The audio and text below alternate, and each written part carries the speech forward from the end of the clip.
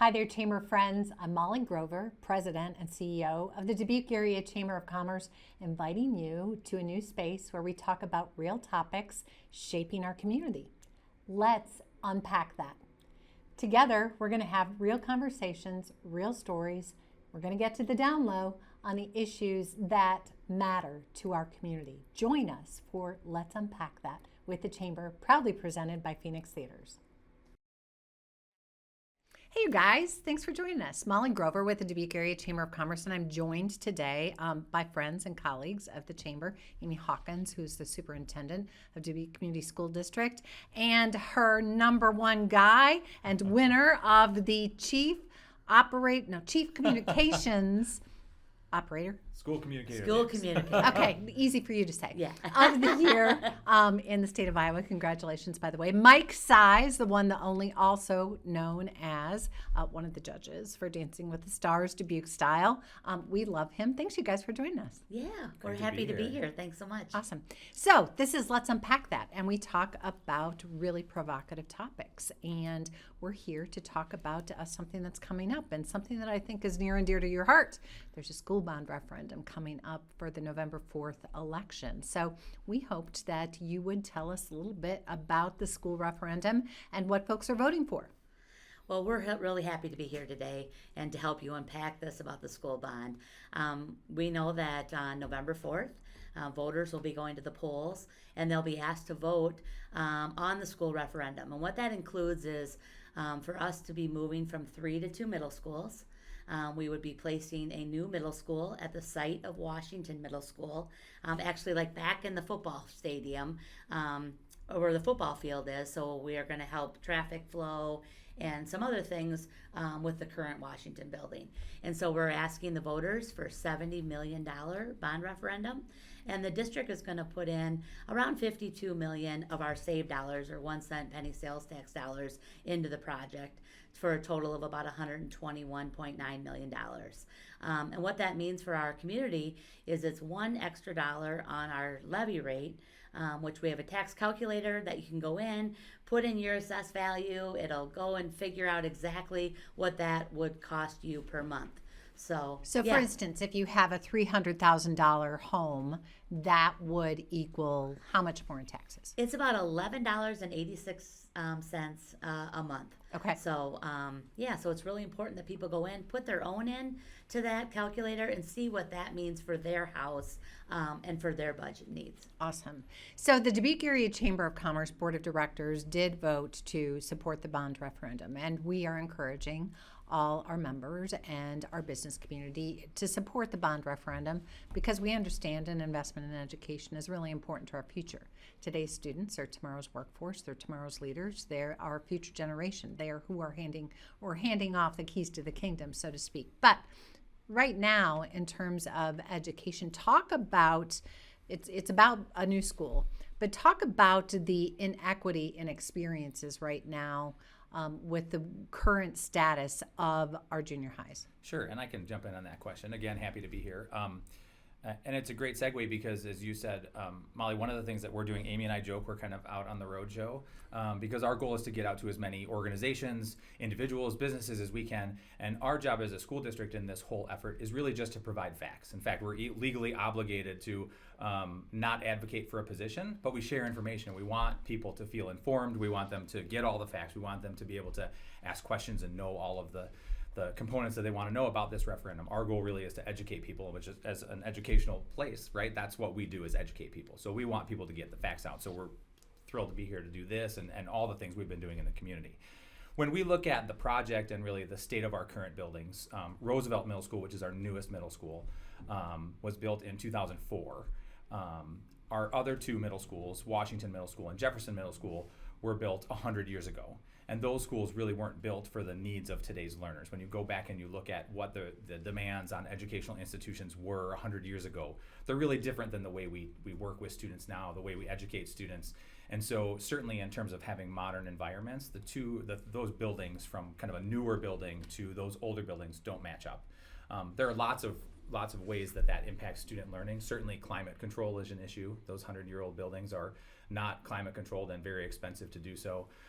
When we look at in our middle schools, we have a really awesome setup called the house structure. So when we have our middle schools, middle schools can be big, especially for students as they come out of elementary school. We want them to feel small. And so our students actually learn in what we call house structure. So about 125 to 150 students, they really operate together. At Roosevelt, they go into school, they go into a pod that has all of their classrooms surrounded. They have their math classroom, their language arts classroom, their science classroom, their social studies classroom, and they are a little mini school within a school. Those 125 to 150 students go to lunch together, they move within their classes together.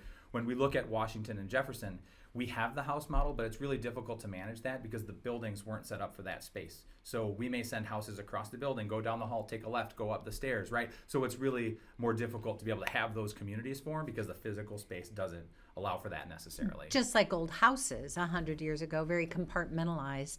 It's probably the same thing for the school. Absolutely. Okay. And certainly something that we looked at as we went through this whole process is how can we build spaces that really accommodate the needs of today. And as we look at, as Amy said, moving from 3 to 2 middle schools, it also allows us as a district to realize operating efficiencies. So there's really two components to this. One is we want all of our middle school students to have an amazing educational experience in modern facilities that meet the needs today in an efficient building.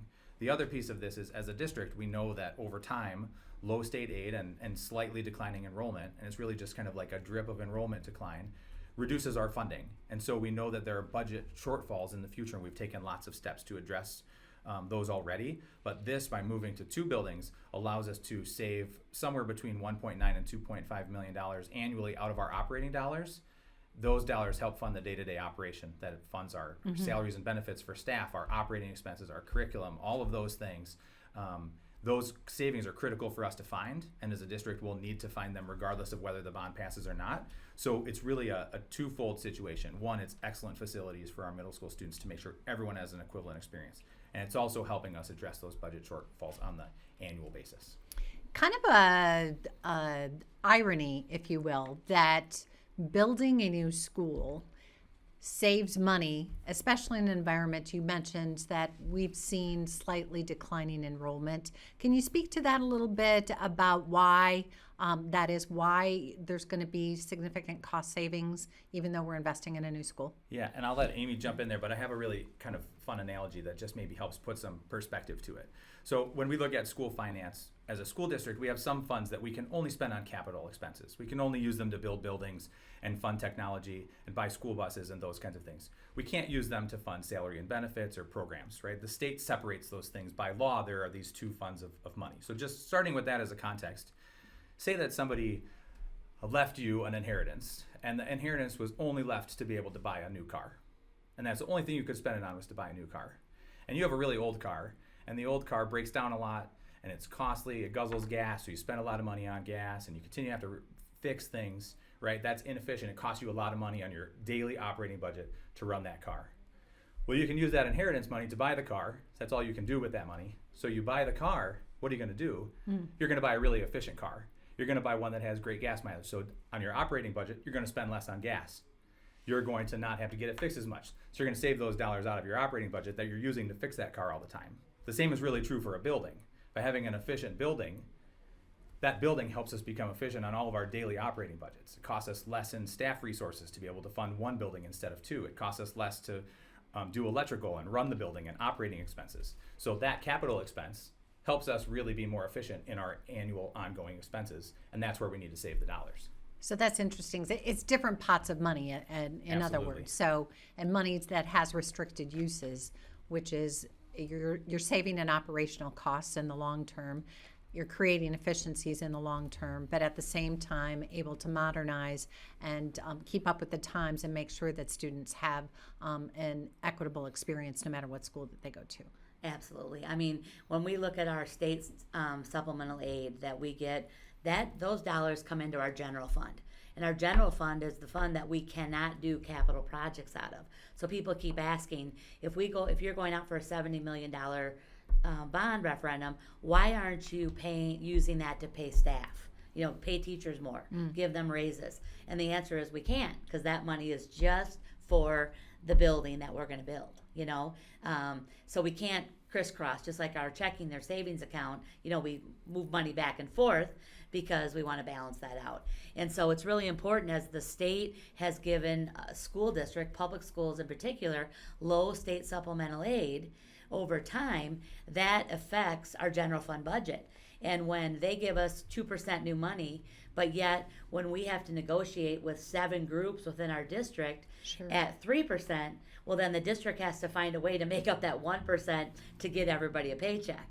And so that's something that's really, I think, confusing for the community, because we also know that we have to pay our people wages to retain them and to recruit new people.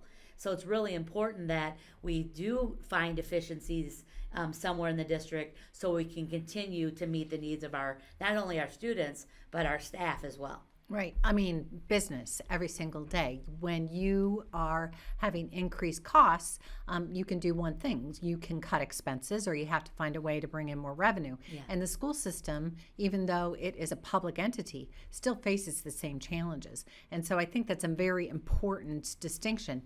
You can't use those dollars. I mean, they're separate buckets. Right. It's a legal issue. It's a state of Iowa issue. It's not, oh, gee, Dubuque is making these rules. That's simply not the case. So let's debunk, if you will, some of the suggestions, or why aren't we doing this, or whatever you might call it. I'm going to call them myths.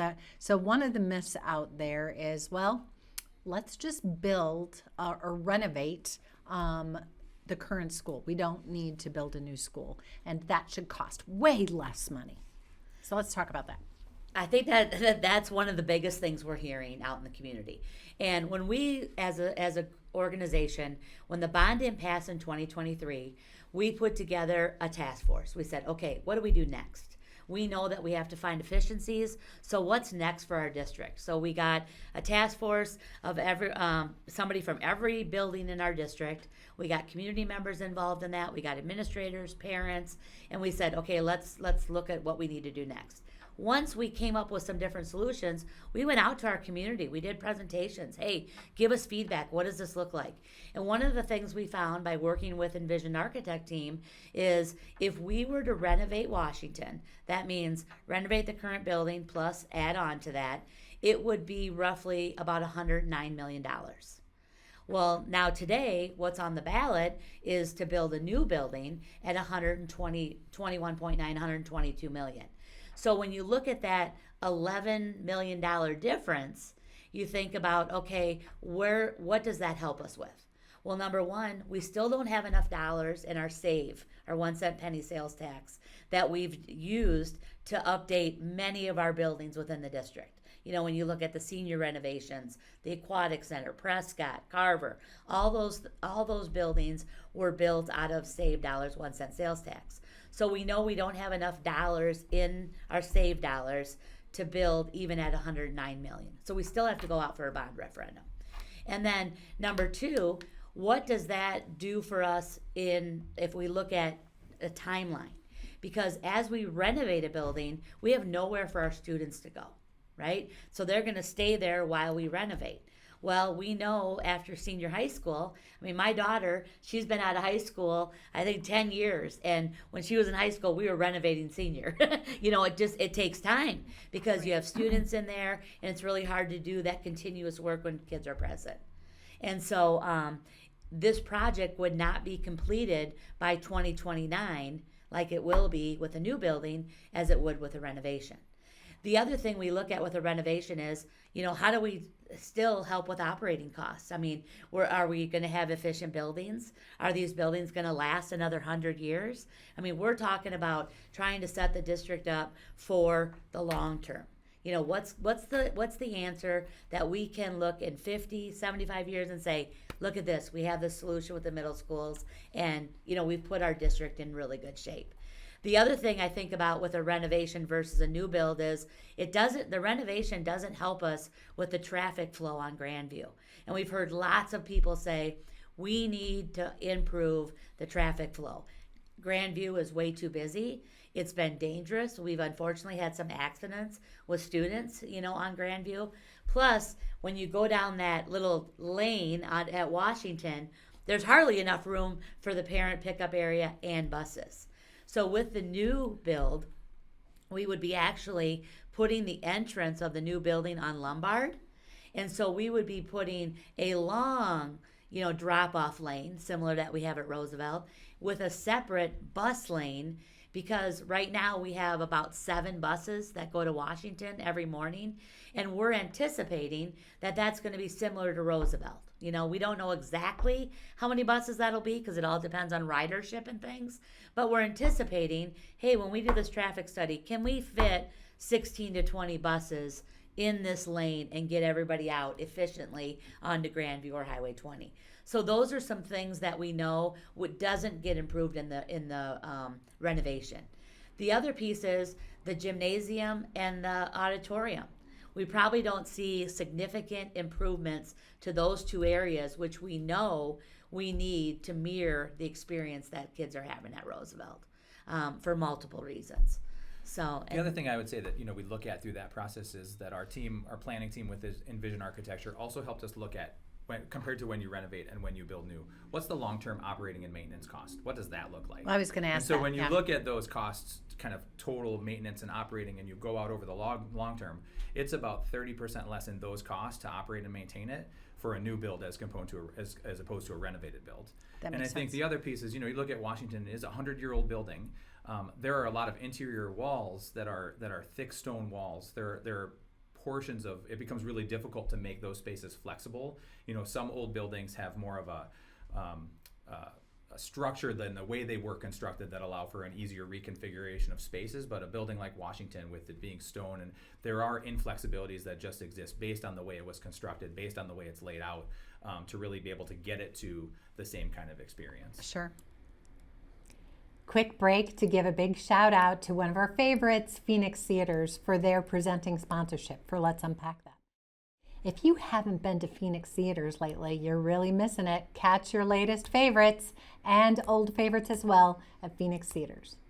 So a crazy thing that I heard as well recently, a person came up to me and said, why don't they just go out and fundraise? Why doesn't the private sector just step up and pay for this? Have you heard that one? I was like,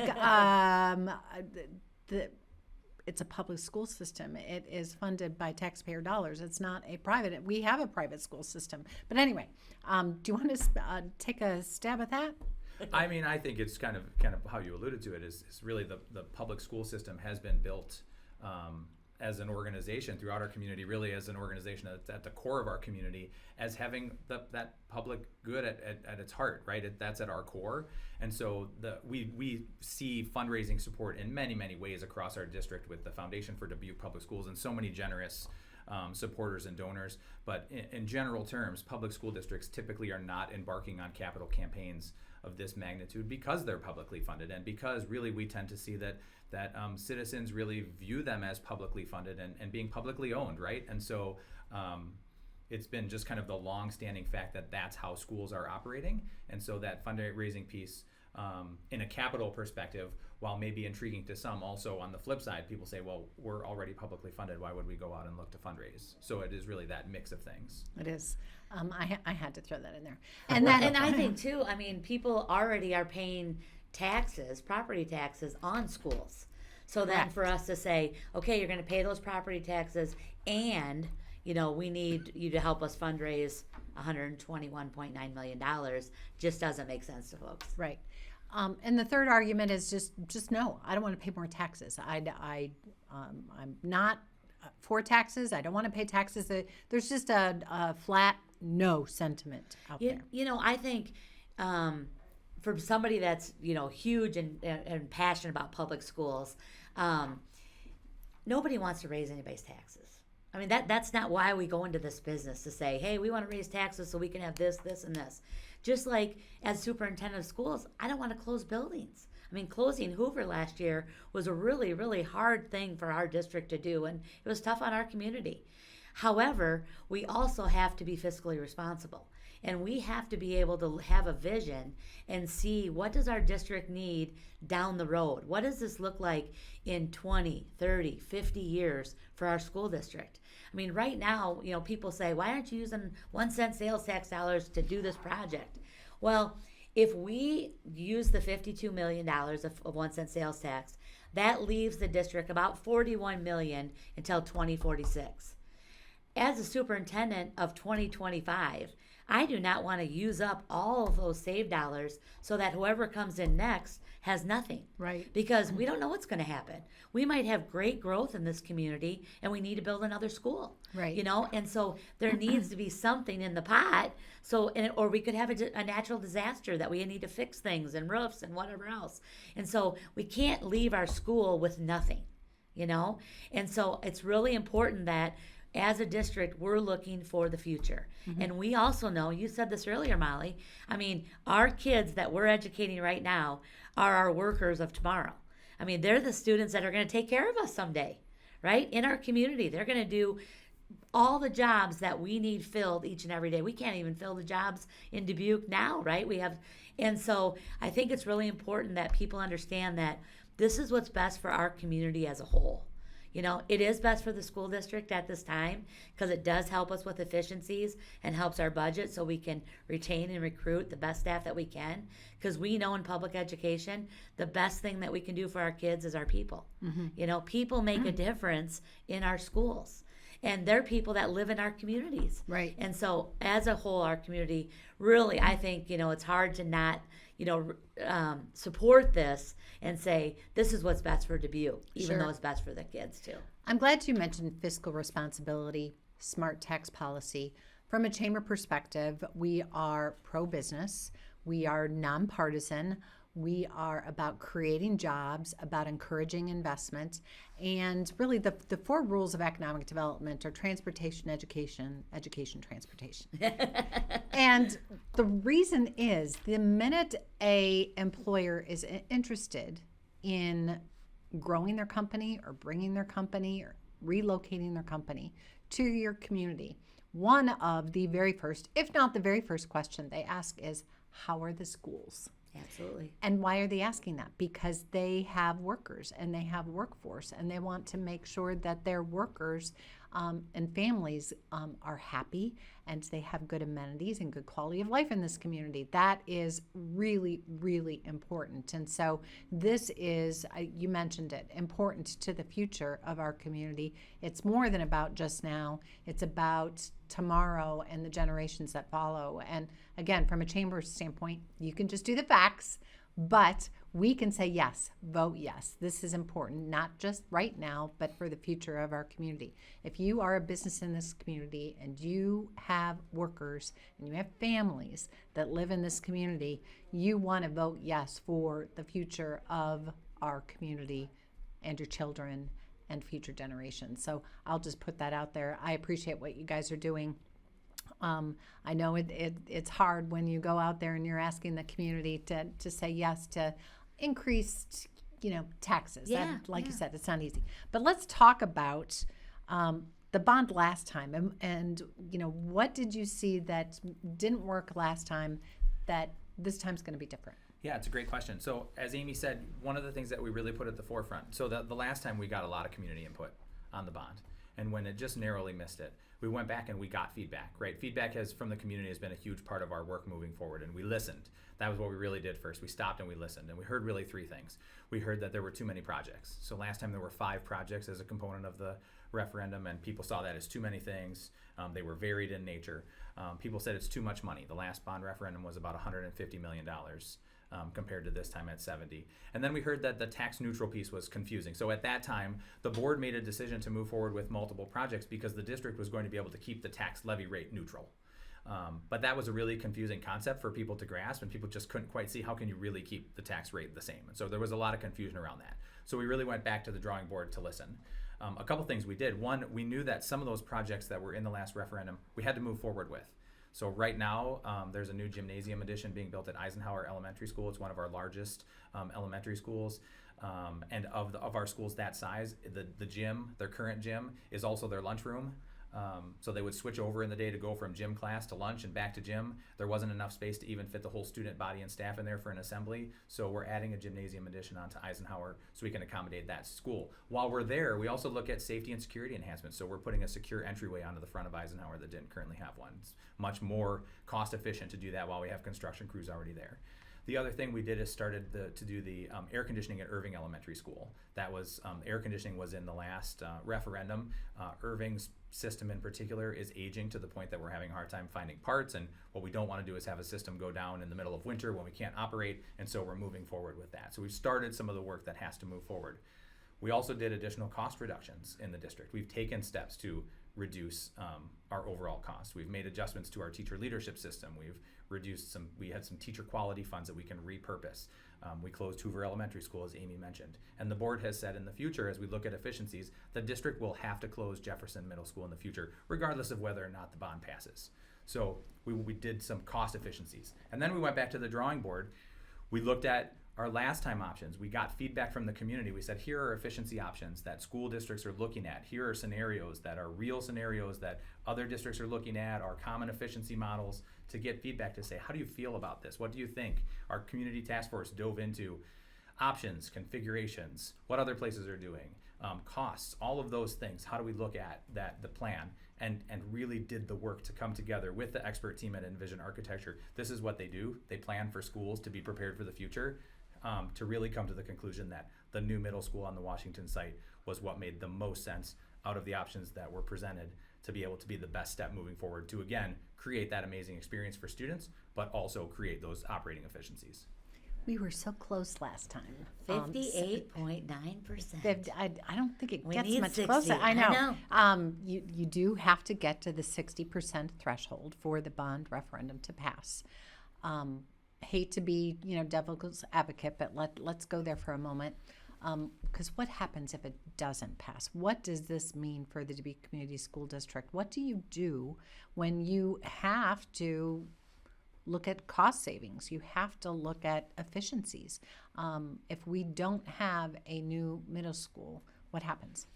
The bottom line is our general fund budget doesn't change if the bond passes or not. So what we're trying to do, if it passes, is that helps us with efficiencies to put money into that bucket. And so we're going to have to look at, number one, what does it look like for class size? We know that parents and our staff and our community really values, an appropriate class size between 23 and 25 students in a classroom. It really helps with learning, helps with collaboration, but it also helps with relationships with teachers. And so class sizes would be something we would look at. We would making look them at bigger, making them larger. Yep. And lots larger. Well, that's scary. It's scary because it depends on space and things Sure. like that. But they would definitely be larger. Yep. We would be looking at additional consolidations. Like would we have to close additional elementary schools? What does that look like? And that's not popular. That's not popular. We would really have to look at some systematic changes in our district that most people in our community could never imagine. When we met with our task force, we talked about different things like, would we say we're going to put all 6th, 7th, and 8th graders, at one building and all 9, 10, 11, 12th graders in a building? That would mean Dubuque could be at one high school. And we know that there's neighboring community that is doing that currently.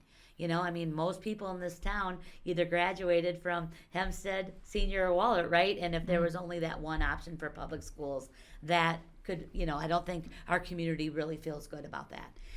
We've talked about, is there different grade level spans we could put together? Do we put 6th and 7th graded together, 8th and 9th, and then a 10, 11, 12? And we also know that our students, the hardest time for students is transitional years. So if they're going from 5 to 6, and then they have to switch a building from 7 to 8, and then have to switch again from 8 to 9. That's really tough on our kids to get adjusted to new building, new staff, all those things. So we will have to look at some systematic changes that are really could change the way Dubuque Public Schools educates our kids. And the other thing we really pride ourselves on is programs. We offer so many different extracurricular, clubs, many opportunities for kids to be involved in our schools outside of academics.